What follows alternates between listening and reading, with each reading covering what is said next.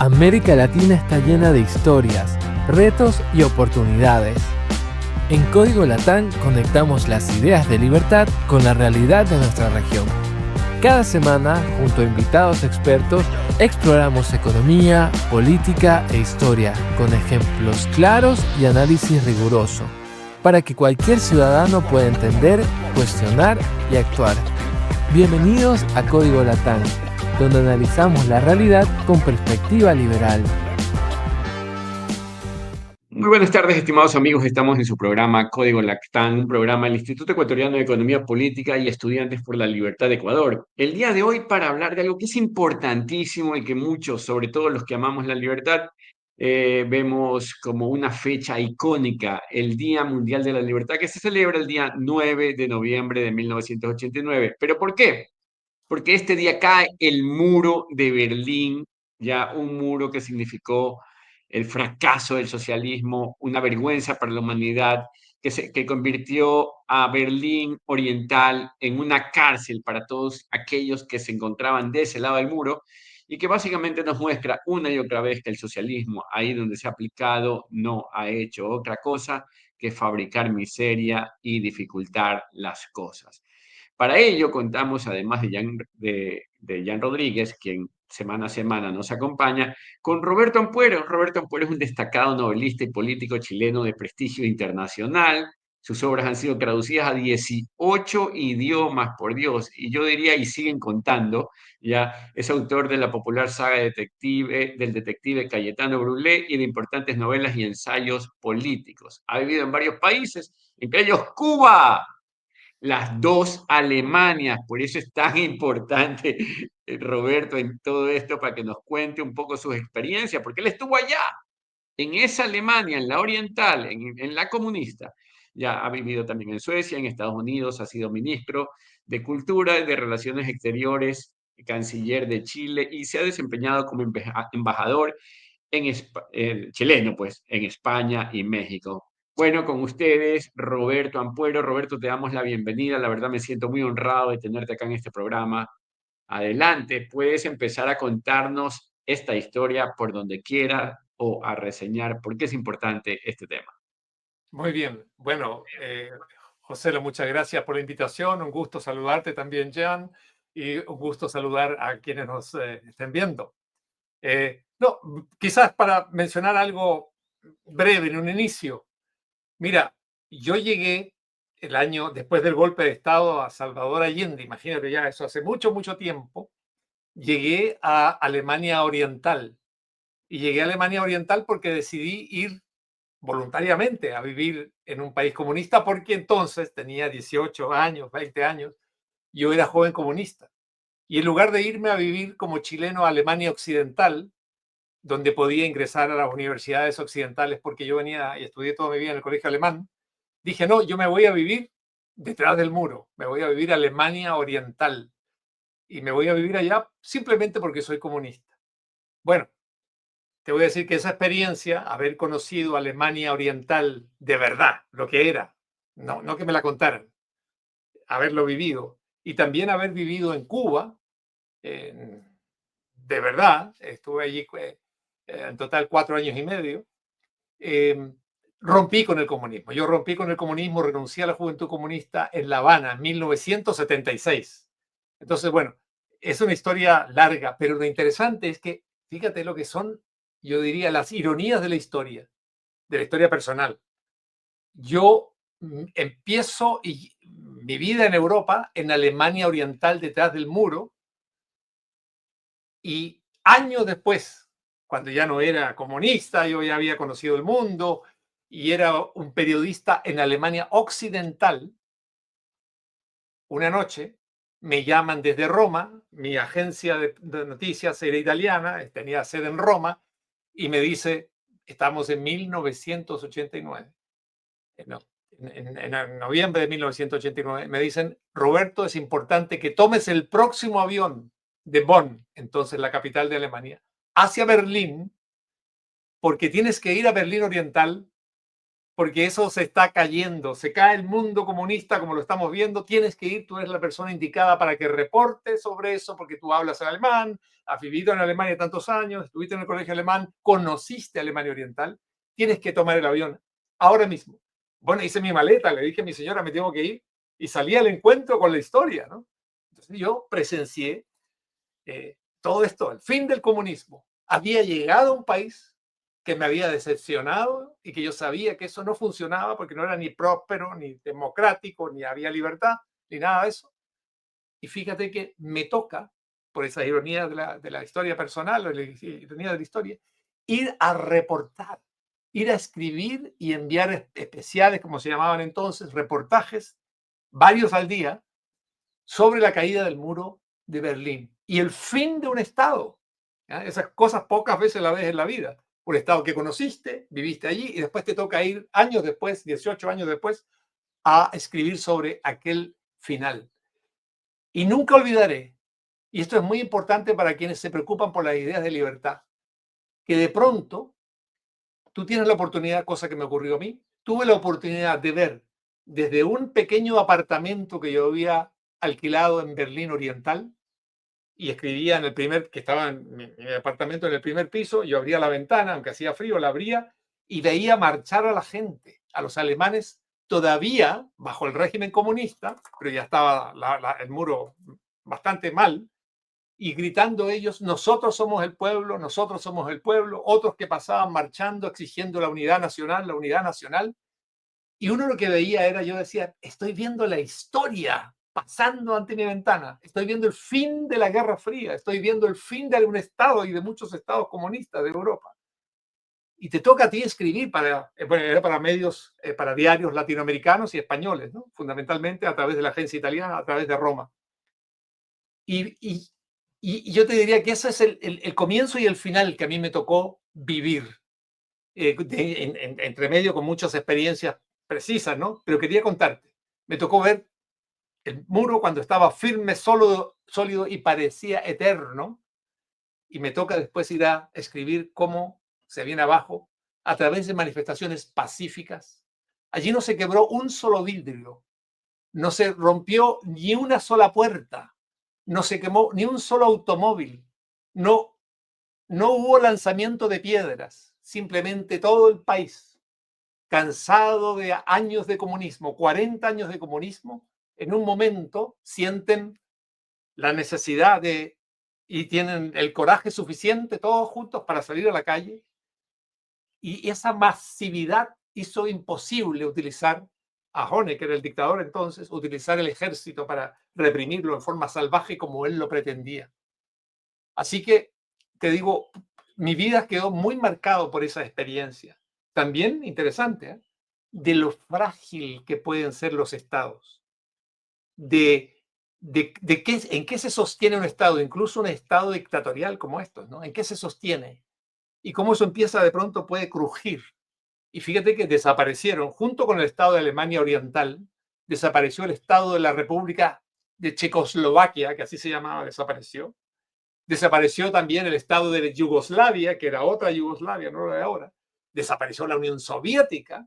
Todo eso en pocos años, ¿no? Hay que imaginar y pensar el tremendo cambio de paradigma mundial que hubo cuando se desploma el mundo comunista, desaparece el comunismo, los partidos comunistas de Europa, los gobiernos, los estados comunistas, y se abre una nueva fase para Europa, ¿no?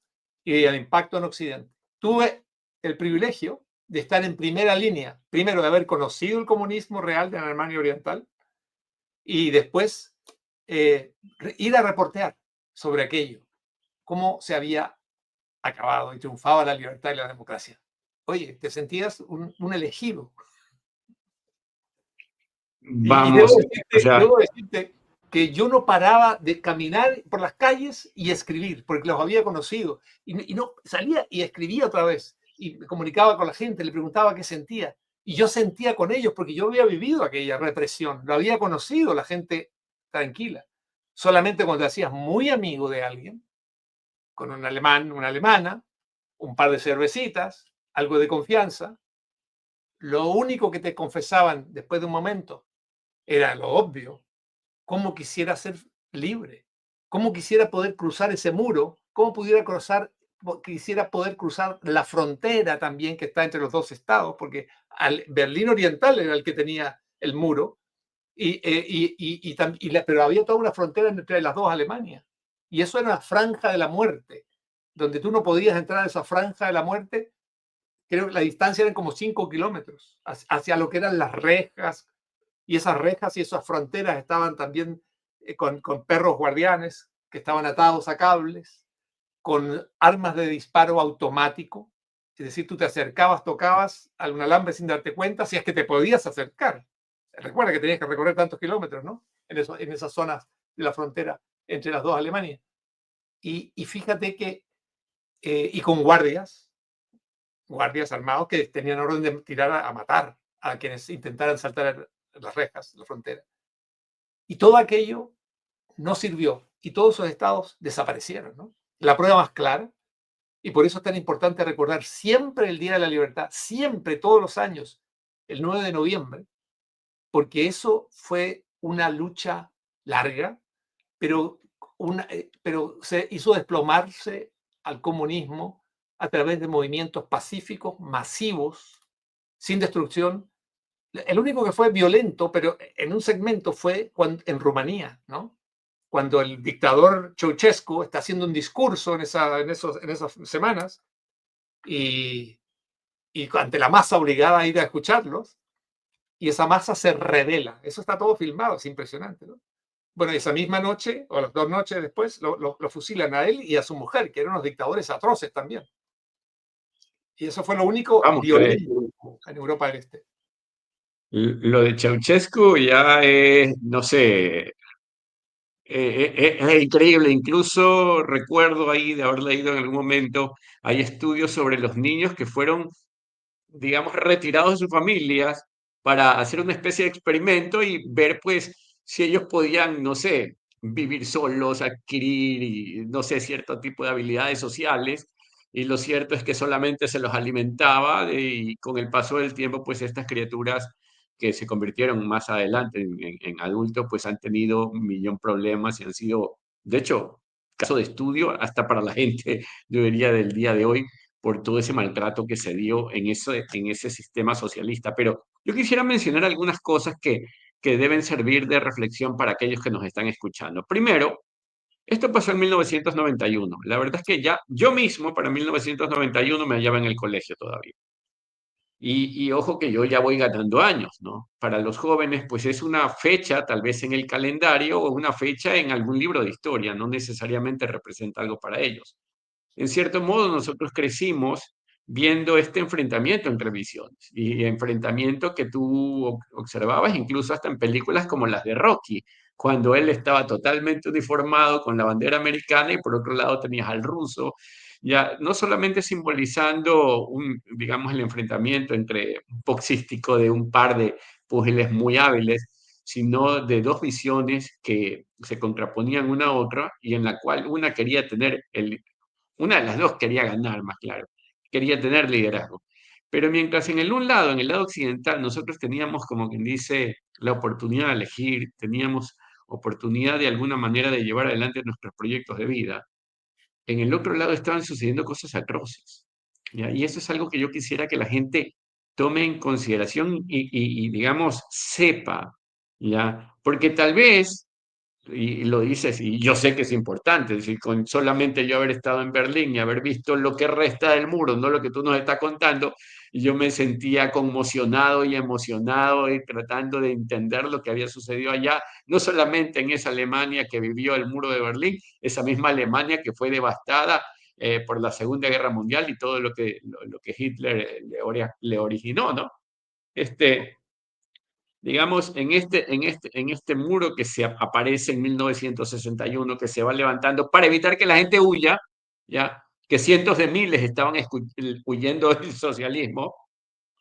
Uno de los primeros muchachos en morir, Peter Fetchet, creo, fue acribillado tratando de cruzar el muro y esto de aquí fueron testigos tantas personas que eventualmente de ahí surge la canción que Nino Bravo hace famosa la de la canción libre, que cuando yo voy a mejor dicho, a mí no me gusta el karaoke, pero mi suegra sabe que si pone la canción libre, me pasa el micrófono y yo digo, bueno, ahí sí me fregaron, no me queda otra que cantar porque la canción libre es tan hermosa, ya, y tiene que ver con esto, lo del 9 de noviembre, de hecho, tiene que ver con el muro de Berlín, que de hecho no queda otra cosa que cantar.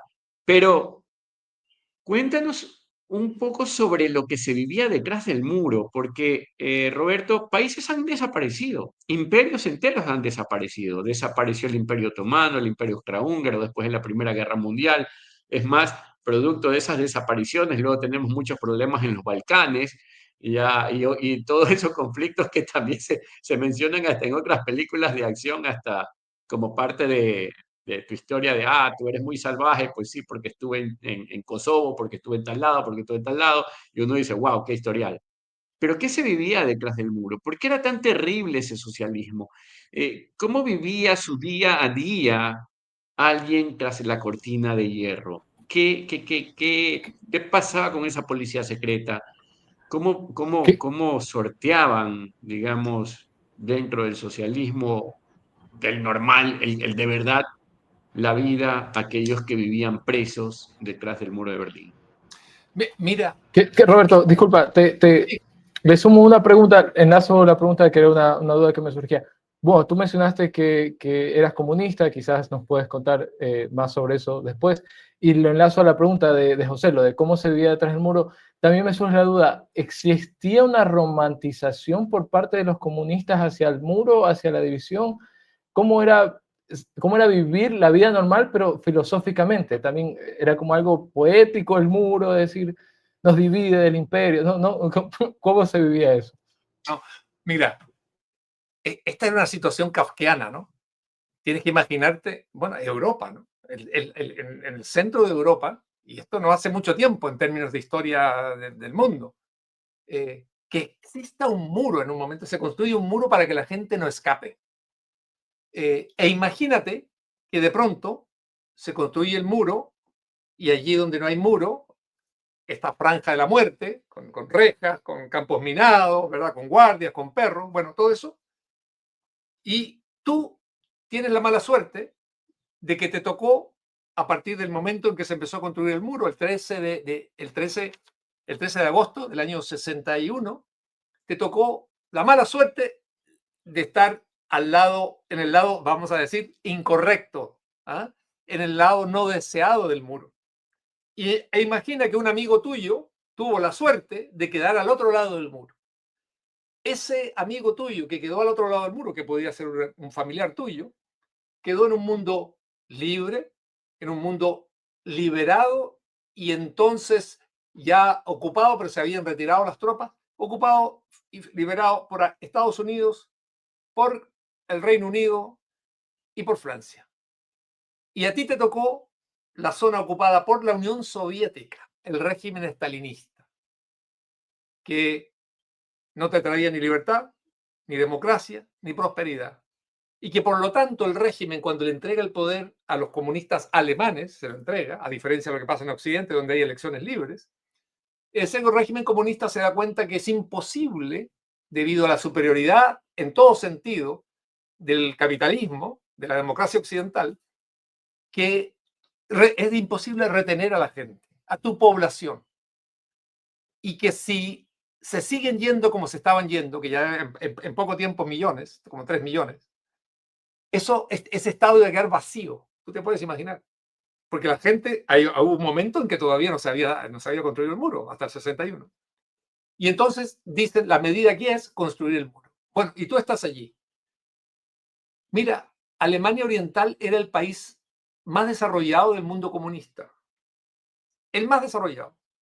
Pero esto implicaba que comparado con cualquier país occidental, de Europa occidental, era muy, muy modesto en términos de su oferta, siempre cola, siempre escasez, en términos de lo que era la entrega de vivienda, eran departamentos prefabricados de ínfima calidad. Todo esto tienes que compararlo porque hay gente que comparaba con Occidente, obviamente, porque estaban uno al lado del otro. Para que tengas una idea, sí, estoy hablando ya de los años 80, esto cuando estaba por caer el muro. Si tú querías comprar un automóvil tú tenías que conseguir un permiso. Eran automóviles fabricados en Alemania Oriental, que era una cosa increíble, que desaparecieron de inmediato después de la caída del muro de Berlín, porque eran de ínfima calidad. Y el auto que tú podías conseguir, el más fácil de conseguir, era impagable. En Occidente tú podías comprar autos baratos, digamos, buenos autos, comparado con esto. Y tenías que esperar por lo menos 7 años. Y el segundo modelo, para poder comprarlo, 12 años. El de 7 años se llamaba Trabant, una cosa pequeñita que tenía un motor de motoneta, y así sonaba. Y el otro un poquito más grande, 12 años, por lo bajo, esperar. Porque así funcionaba el socialismo. Y por eso había colas de comida y había colas para comprar ropa y además y todo de escasa calidad. Porque imagínate, ¿qué había detrás? Había una economía estatizada. Tú te puedes imaginar un país, un estado, un gobierno metido para decirte cosas, definir la moda de la gente, definir cuánto vamos a producir de pantalones, cuánto vamos a producir de camisetas, ajeno al mercado. El cálculo que hacía ahí el Politburo, el aparato económico del Partido Comunista, definía eso.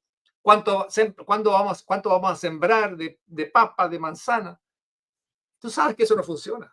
Que la riqueza del capitalismo es que hay miles, ¿verdad?, de agentes distintos, independientes, con sus distintos apetitos y ambiciones y deseos de hacer proyectos. Eso es imbatible. Es imbatible, sobre todo por un buró político, un equipo, un partido. Tú te puedes imaginar poner un partido político, imagínatelo en Ecuador, ¿no?, o en Chile. Un partido político va a manejar la economía, todos los frentes de la economía: el agua, el gas, la calefacción, la ropa, la vestimenta, las bombas bencineras, las fábricas. Es imposible, no funciona. Bueno, y eso obviamente llevó a que la gente viviera allí. Y estoy hablando ahora solamente de lo material. Ahora, en lo cultural espiritual, las librerías obviamente tenías ahí solamente textos comunistas, discursos de Fidel Castro, de Leonid Brezhnev, de los líderes comunistas, de política, de discusión política, del pluralismo político, de ideas distintas, de alguien de derecha, alguien de izquierda, algo de centro. Nada de eso, solamente la línea. La literatura se definía por una filosofía que se llamaba el realismo socialista, que era fundamentalmente la política cultural que instalaba el Partido Comunista Alemán Oriental y todos los países comunistas. Los escritores debían escribir siguiendo el modelo del realismo socialista, que era poner el socialismo como el objetivo final de la construcción de cada ser humano y al cual tenía que aportar. Ese era el mundo, ¿no? Y frente a esto, lo siguiente: tienes que imaginar, dividido tu país. Tú ves la división, a veces está ahí, te puedes acercar a ella, no cruzarla jamás, pero acercarte a ver esa división. No es un cuento lejano. Tu capital está dividida por un muro que tu gobierno construyó. ¿Y tú qué pasa con ese ser humano que no puede viajar a Occidente, que no puede salir de su país? Se siente encarcelado, obviamente que está encarcelado, se siente en una cárcel. Y sabe que al otro lado, tus compatriotas, por el simple hecho de estar un par de kilómetros más allá, disfrutan la libertad, viven en una sociedad democrática, viven en una sociedad más próspera, pueden viajar por el mundo, tienen un dinero que es duro. Entonces, fíjate, tú creces con esa concepción y es una cuestión tremenda, porque no puedes salir de ahí hasta que no cumplas 65 años. Cuando jubilabas y tenías 65 años, el Estado comunista te decía: bueno, ahora usted puede viajar, y si quiere, quédese donde quiera. Que era la forma, pero ya esto es maquiavélica, terrible, siniestra, de decir: ya no nos sirves como esclavo del Estado, vete a vivir a Occidente, que te mantengan allá, los servicios sociales de Occidente, porque no te vas a ir con ningún centavo acá, no tienes dinero, acá el dinero no vale como el dinero occidental. Mira, y yo te lo voy a ahora explicar a través de un ejemplo que es muy plástico para que tengas una idea de lo grave que es, porque es imposible imaginarlo. Yo siempre he dicho: quien no vivió el comunismo no se lo puede imaginar. Quien no convivió el comunismo no se lo puede imaginar, porque uno puede haber vivido dictaduras de otro tipo, pero nunca o rara vez una totalitaria, como el latinoamericano. Una totalitaria, Cuba es totalitaria todavía. Pero un momento, el momento más triste de cualquier joven que era padre o madre, ¿verdad?, era cuando tú a tu niño, a tu hija, a tu hijo, tenías que decirle, ¿sabes, hijo mío? Y esto va a quedar entre tú y yo, hijo mío. Ese muro que me estás preguntando, nunca lo podrás cruzar. No hay que reclamar, porque nos va a ir mal. Pero ese muro que estás viendo ahí, nunca lo vas a poder cruzar hasta que tengas 65 años. Es decir, ese Berlín al otro lado, o sea, 2 calles más acá, más allá de aquí, no lo podrás cruzar. Nunca lo podrás cruzar conmigo, porque cuando tú tengas 65 años y puedas cruzar, yo estaré muerto. Ese es el momento más triste para un padre o una madre alemana oriental y el más triste para un niño, cuando te dicen, imagínate, ese muro, hijo mío, nunca lo podrás cruzar, porque en un momento tenías que decírselo, ¿no? Es un momento terrible. Y mucha gente bueno, sufría permanentemente bajo aquello. Porque ¿quién se siente al final resignado a vivir en una cárcel si nada malo ha cometido? Ese deseo. Imagínate, muchos alemanes orientales me decían a mí, ¿cómo quisiera yo cruzar a Berlín Occidental? ¿Cómo quisiera yo, oye, entre cerveza y cerveza, ¿no? Ahí a veces lloraban fácilmente. ¿Cómo quisiera yo poder ir a Frankfurt, a Hamburgo? Si ese es mi país también, yo soy alemán. ¿Por qué? ¿Quién me ha quitado ese derecho? ¿Quién tiene derecho a quitarme ese derecho? Y eran conversaciones muy dramáticas, muy dramáticas. Mucha gente latinoamericana que fue a vivir a Alemania Oriental o a esos países comunistas, yo también, al final si se iban a casar con una alemana oriental o al revés, una latinoamericana con un alemán oriental, lo pensaba 3 veces, porque eso significaba casarte con alguien que no podría salir de allí y casarte con alguien cuyo hijo, porque sería alemán oriental, no podría salir de allí, del país. Entonces, tú tienes desde el aspecto material, lo difícil y básico que era, hasta quizás lo más importante, tu destrucción, tu amargura, tu tristeza, tu frustración como ser humano, de estar preso en una cárcel de alta seguridad por el solo hecho de que estabas bajo el imperio, bajo el dominio de un poder comunista, que simplemente imponía esa limitación, ese encarcelamiento, y además te encargaba participar alegre y feliz y cantando en la construcción de la sociedad socialista que era el futuro de la humanidad. ¿Te imaginas vivir así? Por eso se cayó, por eso no se resiste. ¿Y sabes por qué? Porque además el comunismo es incapaz de competir con una sociedad capitalista a su lado. No puede. Y fíjate que esa es una gran discusión, que esto ya el marxismo lo tenía contemplado. Esa es la gran discusión que hay entre Lenin y después Stalin y Trotsky, León Trotsky. Porque León Trotsky decía, Marx siempre dijo que el socialismo solamente podía triunfar en los países más desarrollados y de ahí imponerse al resto del mundo. Y Lenin dijo, no, el socialismo triunfó primero en el país más subdesarrollado de Europa, que era extenso, grande, feudal, en lo que era Rusia. Y ahí y de ahí vamos a tener que seguir adelante. Y lo que era evidente era que Rusia jamás iba a poder competir libremente, con fronteras abiertas, con países que tenían una tradición democrática y tenían una tradición de prosperidad y todo, como en la Europa occidental. Entonces es una discusión que ya los comunistas la tenían clara. Y por eso que la persecución contra los trotskistas es tan grave. Y por eso que Stalin manda a matar en México a Trotsky.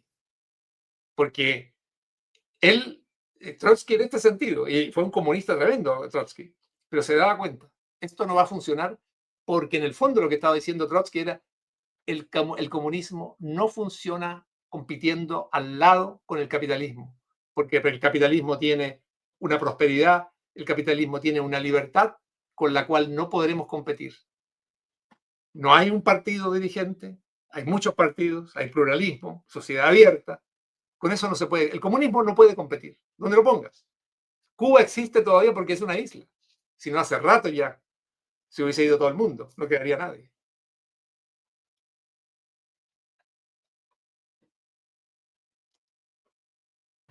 Súper interesante, Roberto. La verdad, qué gusto conversar contigo, qué gusto conocer tu experiencia en carne propia. Aquí en Ecuador había un programa popular que se llamaba En Carne Propia, así que eso aplica bastante para ti.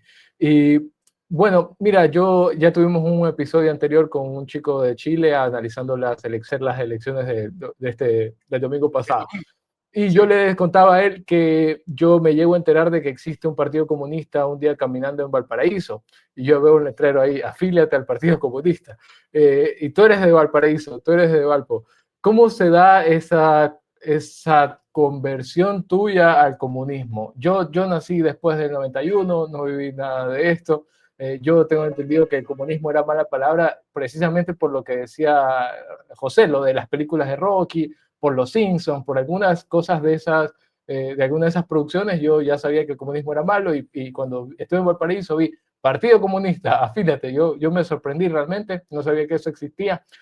¿Cómo se da tu proceso a ser un comunista y luego tu desenamoramiento o tu apertura a la realidad y de ver que esa vaina no funciona? ¿Cómo se da ese proceso? Fíjate, yo me hice joven comunista en un colegio alemán, en el colegio alemán, que es un colegio conservador en Chile, me hice joven comunista y rompí con el comunismo en La Habana. Es una cosa muy, digamos, como que muy contradictoria, ¿no? ¿Y por qué me hice joven comunista? Porque en Valparaíso, porque yo me convencí, y esto fundamentalmente a través de la cultura. A mí desde niño me interesó la cultura, la novela, la música, ¿verdad? El cine. Y en ese mundo es muy fuerte la izquierda. Y ahí hay la izquierda ha desarrollado una épica tremenda que es para muchos atractiva. Y en aquel entonces era atractiva de verdad. Porque entre otras cosas estaba la Revolución Cubana, que era dictadura, desde un comienzo fue dictadura eso, pero bueno, era la Revolución Cubana joven, nueva. Estoy hablando cuando yo me hago joven comunista en los años 60, imagínate, la Revolución Cubana tenía 8 años. Entonces todo parecía que, sí, los guerrilleros se veían jóvenes, barbudos, habían combatido en una guerrilla y contra un ejército, lo habían derrotado y estaban ahora tomando las medidas para organizar el país y generar la prosperidad. Che Guevara anunciaba que Cuba iba a superar a Estados Unidos en 20 años, 25 años, en términos de su PIB per cápita, lo dijo en Naciones Unidas. Véanlo, búsquenlo, porque lo van a encontrar, están en las redes sociales, cuando él anuncia cómo el socialismo es muy productivo. Y estaba eso, estaba la música de la época. En Chile había músicos fantásticos, música folclórica revolucionaria. Quilapayún, Inti Illimani eran grupos famosos en toda América Latina. Estaba la literatura, estaba Neruda, estaban grandes escritores que estaban identificados con el comunismo. Y había un gran líder en Chile, de izquierda, Salvador Allende, que era un gran orador, que su gobierno fue un desastre. Y ahí me comenzó la primera duda. A mí bajo Allende el gobierno fue hasta el año 73, fue un golpe de Estado que lo depone, del 70 al 73. ¿Y qué pasó? Que te daba la sensación, se unía lo que eran sueños de igualdad, sueños de equidad, sueños de cambio profundo, y sueños, todo esto muy bien empaquetado en bella poesía, en buena música, en gente con muchos sueños, con muchos ideales, ¿no? Elevadísimos, ¿no? Y uno como joven se dejaba, en el caso mío y muchos otros, se dejó convencer por aquello, guiar por aquello, creí en eso. Después me di cuenta que una cosa eran los ideales, viviendo en Cuba, viviendo en Alemania Oriental, que se podían plasmar y crear una sociedad abierta cuando querías aspirar al poder como comunista o izquierdista. Y lo otro era lo que significaba aterrizar eso a la práctica y lo que significaba poder alcanzar aquello estatizando todo en el fondo, todos los medios de producción, como dicen los comunistas, ¿verdad? Y estableciendo un gobierno de partido único, que obviamente es el comienzo de una dictadura férrea. Entonces, pero sabes, yo creí en eso, creí firmemente que era la solución para América Latina, no solamente para Chile, para América Latina, imagínate tú. Justifiqué a Tupamaros, de todo tipo de movimientos que fuesen revolucionarios en América Latina, porque yo pensaba que había que combatir a la sociedad en que yo vivía y había que ponerle a Estados Unidos, el gran imperio, y entonces que así se iban a resolver los temas. Yo pensaba que éramos pobres porque nos quitaban lo que producíamos. Yo pensaba realmente en eso. No pensaba que la riqueza se crea a partir de ciertas condiciones, sino que, bueno, yo no era una familia pobre, iba a colegio privado y toda la historia, pero América Latina era pobre porque te lo quitaban.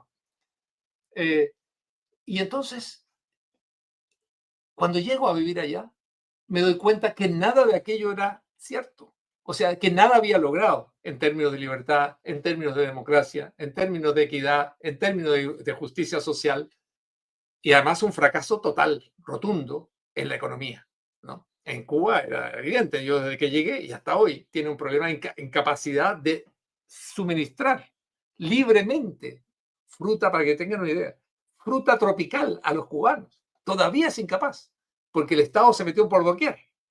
Eso cuesta imaginar, ¿verdad? Porque uno puede decir lo del famoso bloqueo, que no es un bloqueo, es un embargo, pero es un embargo muy acotado a ciertos productos. Tú dirías, y yo me lo planteé en Cuba, pero ¿por qué aquí no hay guayaba en Cuba? ¿Por qué no hay mango? ¿Por qué no hay banano? Si se no lo traen de Rusia, ¿no? De la Unión Soviética, no lo traen, de Europa del Este, de China, no, es aquí debería crecer. Si eso tiene una semilla y crece. Bueno, eso es lo que pasa cuando el Estado controla y lo que quiere es limitar la propiedad y limitar las ganancias, evitar que la gente gane y que el Estado sea el distribuidor y el Estado sea el que planee. Bueno, hasta hoy es eso.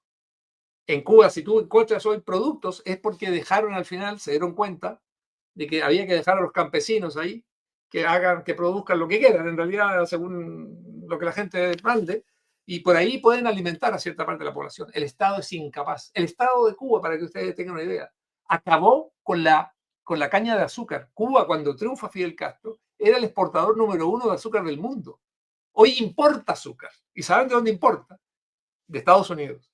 ¿Y saben de dónde importa comida? Mucho pollo, sobre todo, de Cuba, perdón, de Estados Unidos. Cuba importa. Vehículos también importa de Estados Unidos. Esto del bloqueo, la campaña permanente, que son víctimas de un bloqueo. No son víctimas de un bloqueo. Hoy, todos los días, todas las semanas viajan, cada vez menos, obviamente, turistas chilenos. Cada semana, gente de ingresos medios, bajos, van al Caribe. En Cuba, en ese sentido, es muy barato. El servicio está muy mal. Todos lo dicen, es pésimo. Se ha venido abajo. El turismo ha bajado más de 30%. Pero pueden viajar, o sea, se puede viajar libremente, ir a Cuba, y tomar un avión. No está bloqueado la isla, no hay alrededor una flota impidiendo que tú llegues los productos.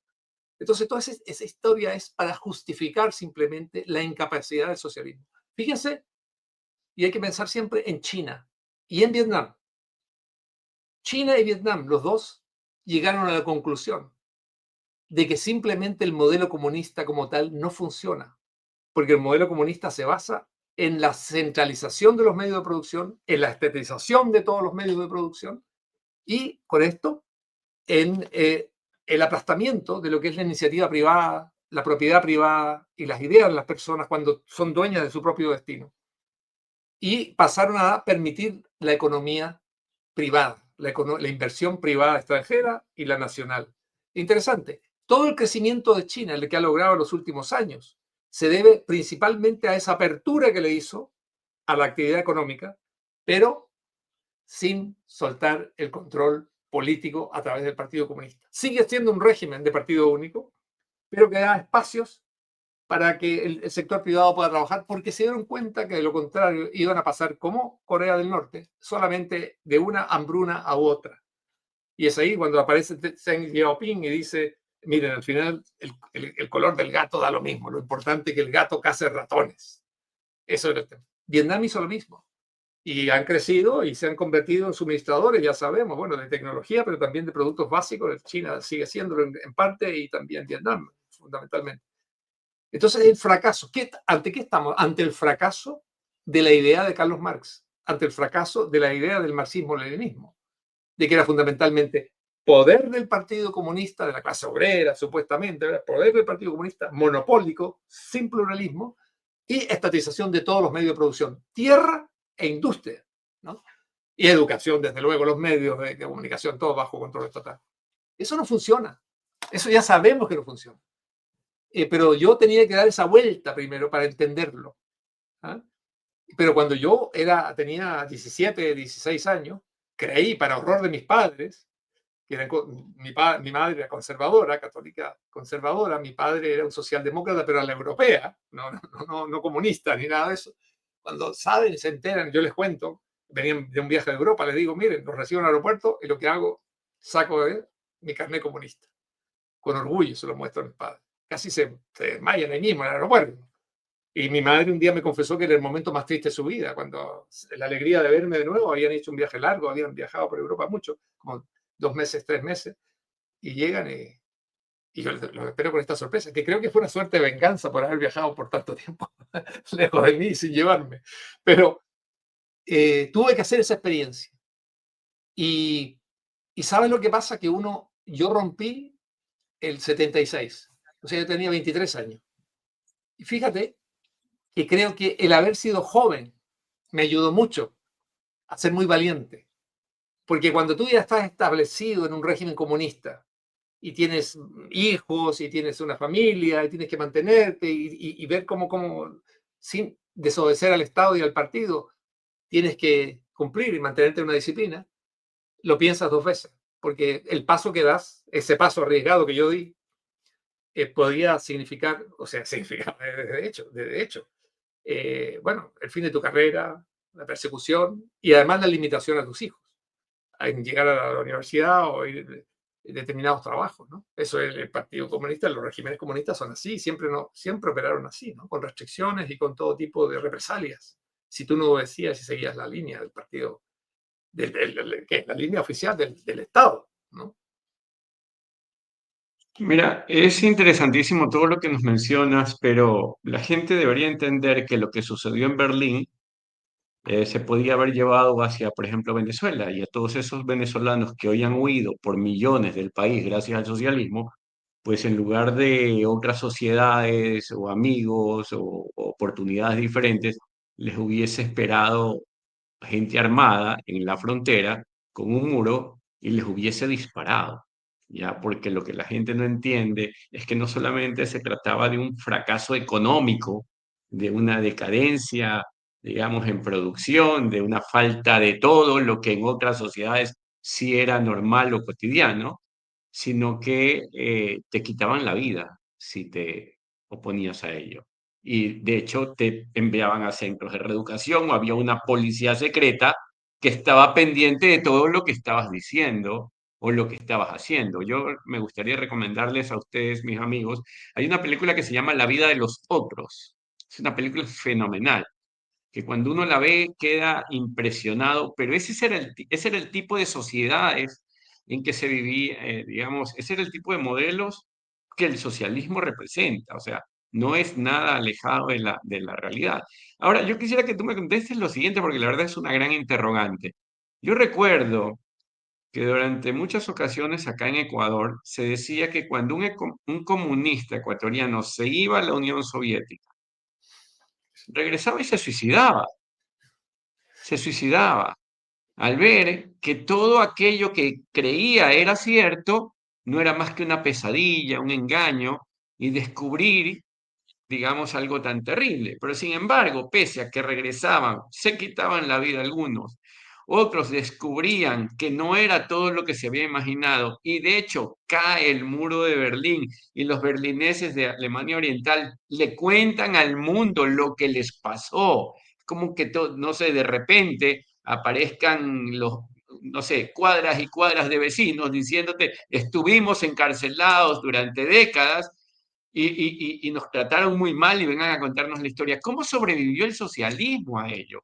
A este relato de la verdad. O sea, porque es increíble que aún hoy existan quienes hablen de la economía socialista y de Marx como alternativa y aquel que incluso te llega a decir, debatamos ideas, hablemos del pensamiento marxista y que lo digan como si fuese cualquier cosa. ¿Cómo sobrevivió el relato socialista a todas esas experiencias de persecución, cárceles y torturas, y a toda esta realidad que se ha repetido a lo largo y ancho de la historia cada vez que el socialismo se ha aplicado.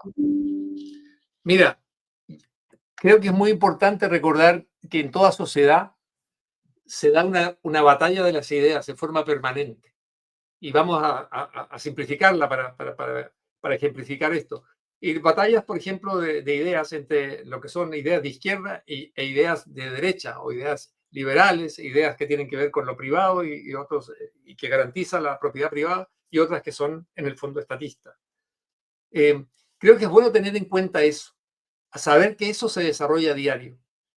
Y que una de las características de esta batalla de las ideas es que cuando tú la organizas bien, tienes la capacidad, por ejemplo, para establecer los temas dentro de una sociedad, los temas a discutir.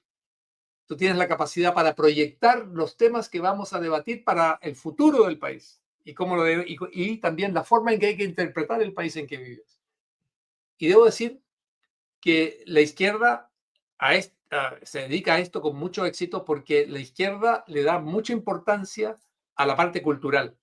Y es en el mundo cultural donde se desarrollan y se transmiten estas ideas, fundamentalmente.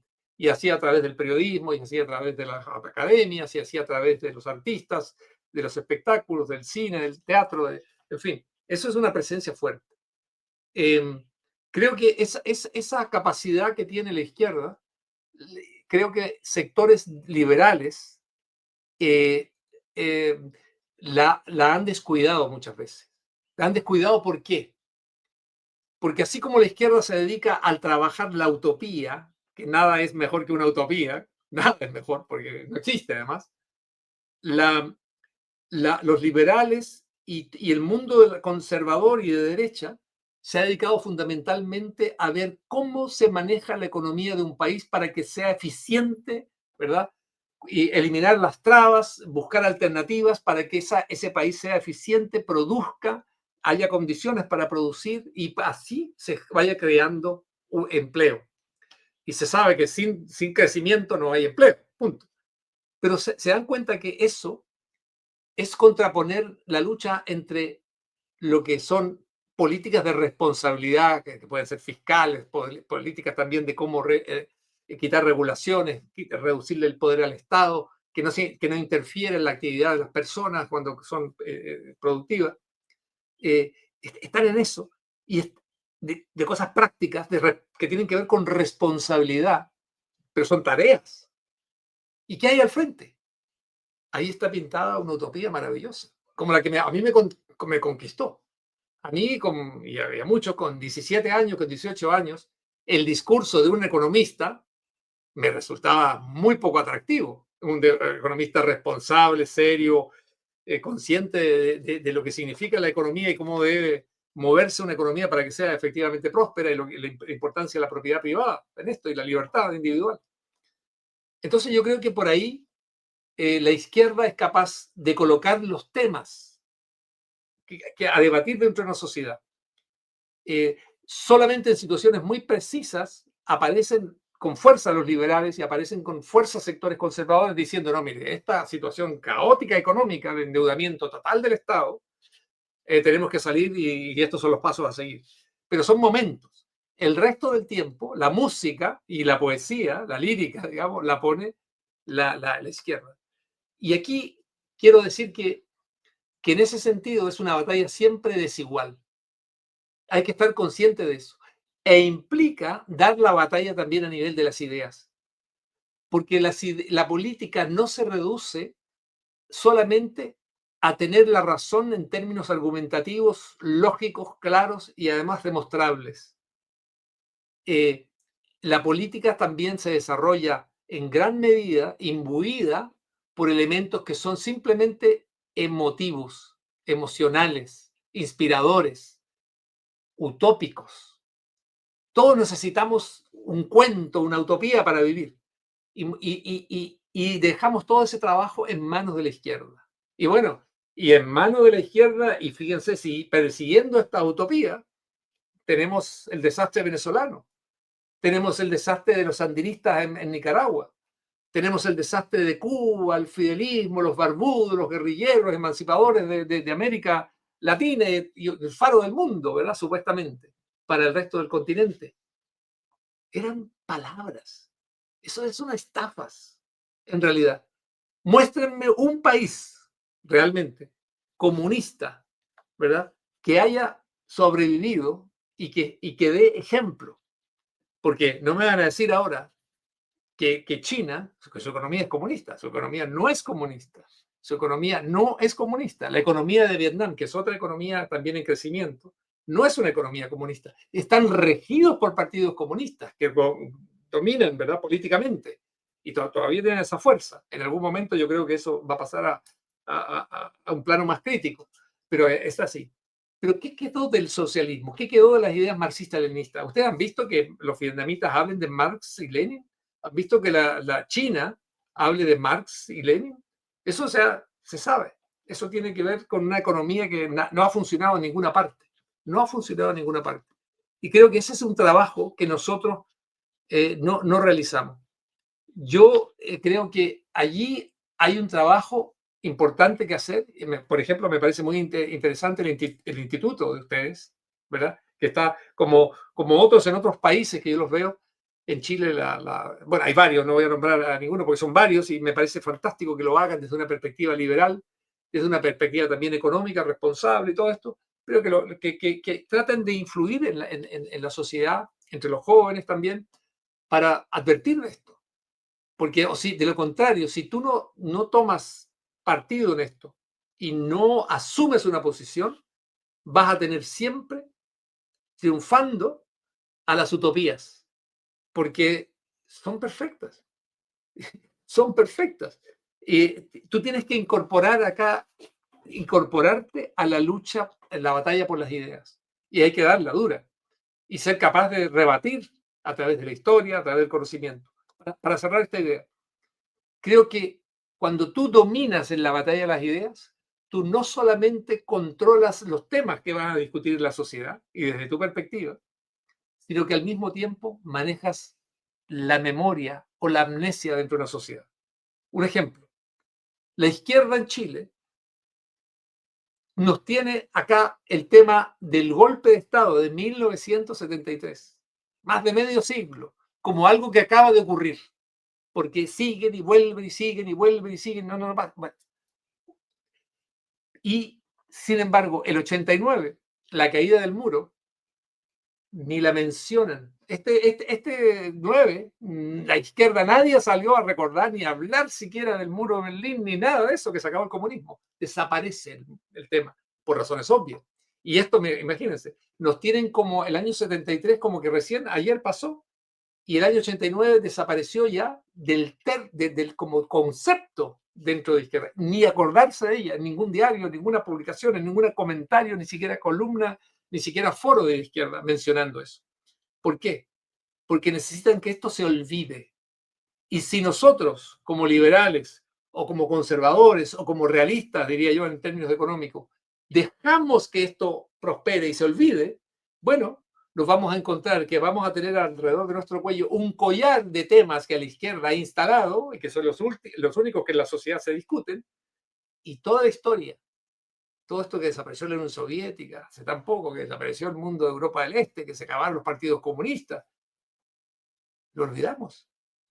Entonces, estamos en un terreno donde no podemos triunfar como deberíamos triunfar y con todas las derrotas que hayan tenido, ¿no? Y fíjense bien, algunos ideólogos de izquierda están incluso planteando que Venezuela parece que no es de izquierda.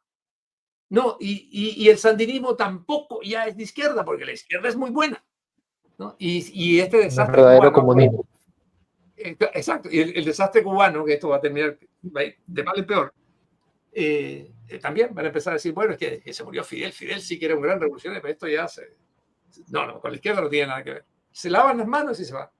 Pero tú puedes hacer eso, imponer los temas que quieres en una sociedad, hacer olvidar otros en una sociedad, o simplemente desentenderte de los temas si tienes poder de influencia a partir y a través de las ideas que rigen dentro de una sociedad.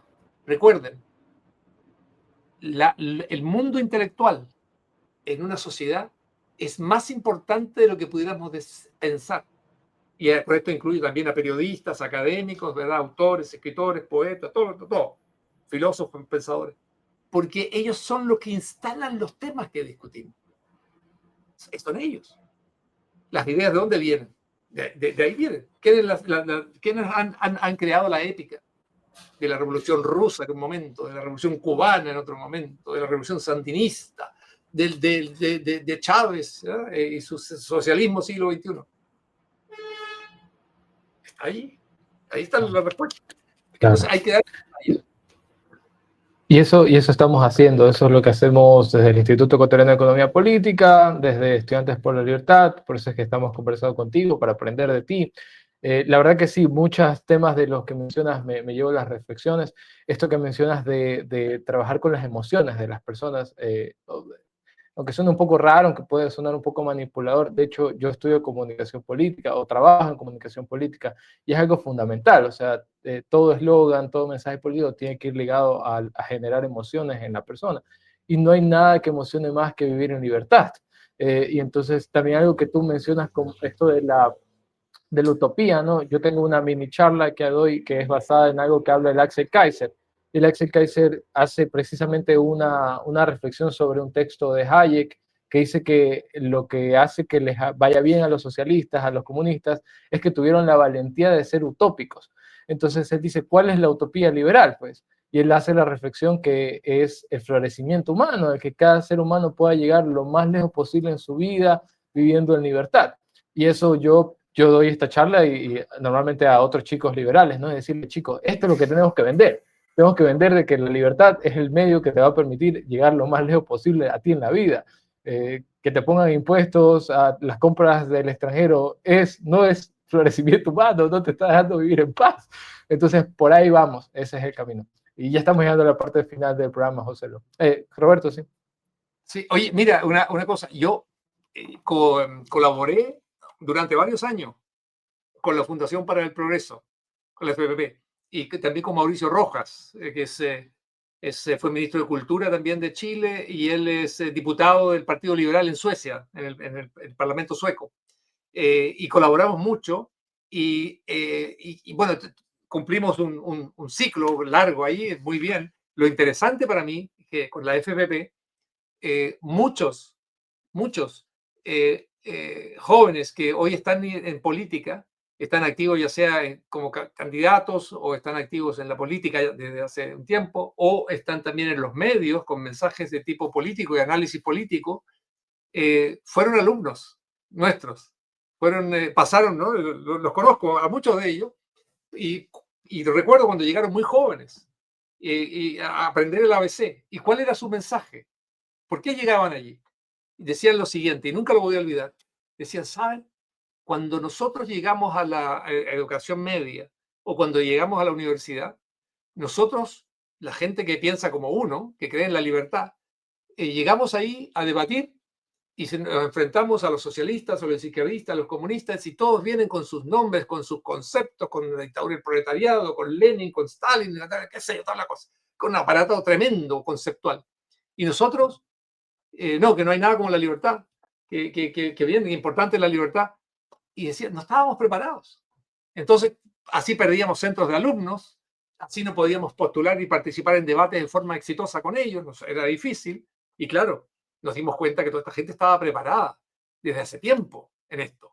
Y por lo tanto llegaban a discutir con clases, que habían tenido clases y lecturas que les habían indicado, y eso les permitía debatir con personas que venían del otro sector, este caso de los amantes de la libertad, vamos a decirlo así, pero no preparados. Entonces es muy difícil así, es muy difícil. Porque por eso digo, esto, el peso intelectual, o sea, los intelectuales, Gramsci hablaba, ¿se acuerdan de los intelectuales orgánicos? Son los que generan, digamos, las ideas y las hacen circular a través de los medios, a través de las redes sociales, a través del arte, de la literatura, ¿verdad? De la academia. Así funciona la sociedad. Si esto está más claro que el agua, ¿no? Es así. Si uno no asume eso, yo siempre lo dije, si usted no asume esa batalla, entonces ¿sabe lo que le va a pasar? va a tener que resignarse a vivir siempre como el boxeador que lo llevan al rincón, ¿verdad? A las cuerdas, a la izquierda en las cuerdas, y le dan por arriba y por abajo, y usted va a estar feliz que toquen la campana para que no lo noqueen, porque no va a poder hacer otra cosa más que defenderse, no va a poder pasar a la ofensiva, ¿verdad? Y cualquier boxeador sabe que la mejor defensa es el ataque, ya para salir de las cuerdas. Mira, yo quisiera ir terminando el programa mencionando algo que puedes encontrar en la novela 1984 de George Orwell, que nos habla de este tipo de sociedades.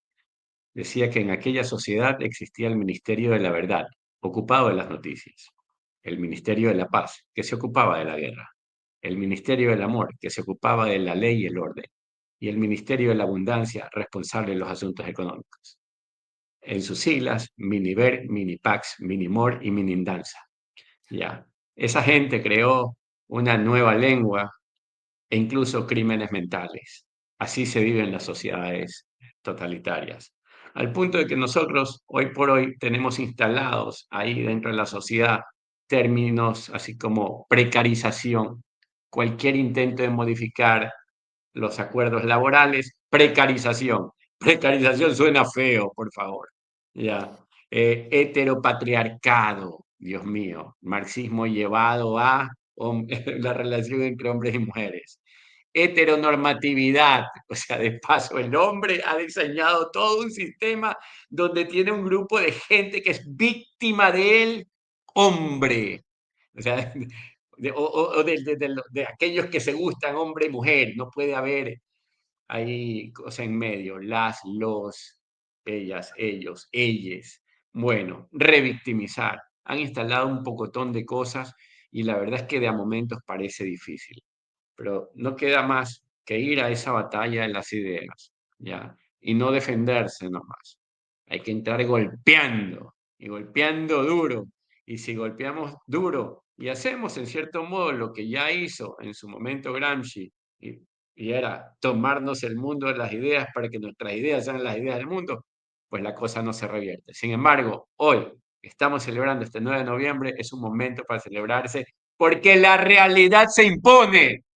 Y la realidad es que el hombre ama la libertad. Y ahí cuando tratan de encerrarlo, siempre termina rebelándose, siempre termina pidiendo más libertad, siempre termina, aunque parezca lento, este tipo de sistemas terminan mal, terminan derribados de la misma manera que el muro se derribó.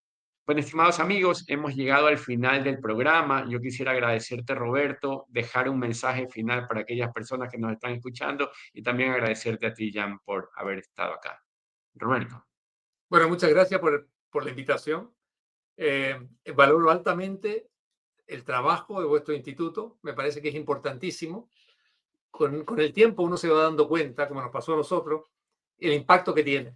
Y se da cuenta qué triste hubiese sido que no hubiese existido el instituto o la institución, ¿verdad? En el caso nuestro, como la FPP, y hay otras también, en la formación de los jóvenes. Y ese es un trabajo permanente, de largo plazo, permanente, y que va arrojando resultados que con el tiempo se van percibiendo. Y va acercando también a muchas de las personas que se forman en torno a estas instituciones, que trabajan en torno a estas instituciones, le van acercando también a responsabilidades gubernamentales. Y para eso también hay que estar preparado. Es un mundo muy, muy difícil donde la izquierda se maneja bastante bien en términos de argumentación, en términos de oratoria, en términos de retórica, no en términos de gestión. Porque como han visto ustedes en Chile, el gobierno de Boric ha sido un desastre, está considerado, según las encuestas, por los chilenos de hoy, como el peor gobierno de los últimos 55 años. Es de lo que los chilenos recuerdan, ¿verdad? Incluso debo decirle que quedó en la encuesta por debajo de algo que es para la izquierda, ¿verdad? Tremendo. Debajo de Pinochet, de Augusto Pinochet. Entonces, y el mejor presidente evaluado, el mejor presidente es Sebastián Piñera, considerado en los últimos decenios, ¿no? Así que es una batalla que hay que dar y hay que salir adelante, hay que dejar el rincón donde te tienen por lo general arrinconado y salir a dar la batalla. no hay otra. Y van a ver ustedes el trabajo que ha ocurrido en Chile, interesante. Hoy, desgraciadamente, la oposición está dividida, muy dividida, al menos en 3, 4 partidos, candidatos, pero entre ellos suman más del 55% de los votos según las encuestas, ¿no? Todas las encuestas. Entonces se supone, bueno, se pasa una segunda vuelta y confiamos en que quien salga primero por la derecha recoja el voto de los demás para que así se triunfe. Porque sería muy triste que en Chile, siendo mayoría la oposición de hoy articulada en torno a un pensamiento que es bastante, que acerca mucho y comprende a todos estos candidatos, sería muy triste que no pudiese llamarse a votar en forma clara, precisa y generosa por aquel que pase a la segunda vuelta, que yo creo que va a ser, según las encuestas, según lo que se dice, según lo que se sigue diciendo, José Antonio Kast. Entonces, pero yo creo que, y con eso yo me identifico también con lo que plantea José Antonio Kast, en el sentido de que el sector, gane quien gane, que pase quien pase a la segunda vuelta, el sector, todos deben decir claramente, vamos a votar por el que pasó, porque ante una candidata comunista, la izquierda toda va en un paquete, ¿no? Con la candidata comunista, que dice que no es comunista, que dice que es socialdemócrata, que al gobierno le parece re mal el que tenemos ahora, no, es una cosa increíble. Entonces, que vote todo el mundo por ese candidato de oposición en la segunda vuelta. Eso es lo importante. Y después ir viendo cómo se encamina este país, porque este gobierno ha sido realmente un desastre, desastroso, una falta de gestión tremenda. Evitó un desastre mayor el hecho de que Boric invitara, se vio obligado a hacerlo, a viejos socialdemócratas de la antigua nueva mayoría Concertación a que gestionaran parte del Estado, ¿no? Como Economía, como Hacienda, como Ministerio de Relaciones Exteriores, ¿verdad? Bueno, hay varios otros que se los entregó porque simplemente la izquierda, extraordinaria, ¿verdad? Para la poesía política, a la hora de gestionar el Estado, a la hora de gestionar el país, era incapaz de hacerlo. Y eso es lo que está marcando hoy esa gran insatisfacción frente a este gobierno y la gestión de Gabriel Boric. Así que, bueno, esperemos también que el resultado, el que viene y en la segunda vuelta, nos dé una gran noticia para Chile y también para América Latina, porque hay un retorno, diría yo, a la sensatez gradualmente en todo el continente. Así que les deseo mucho éxito, que sigan trabajando con este instituto, y cuando yo pase por Guayaquil, por Ecuador, estaré con ustedes, los visitaré y podemos seguir conversando. Claro, las puertas siempre estarán abiertas, Roberto. Bueno, muchísimas gracias, estimados amigos. No dejen de mirar y buscar más sobre este tema. 9 de noviembre, el Día Mundial de la Libertad, el día que cayó el muro de Berlín. Ojo, tiene implicaciones. Volvió, en cierto modo, ese socialismo a América Latina a su teatro de operaciones. Bueno, nos vemos, estamos conversando. Denle like a este programa, compártanlo, coméntenlo. Nos vemos la próxima semana. Chao, chao, chao. Código LATAM es una producción del Instituto Ecuatoriano de Economía Política en conjunto con Estudiantes por la Libertad.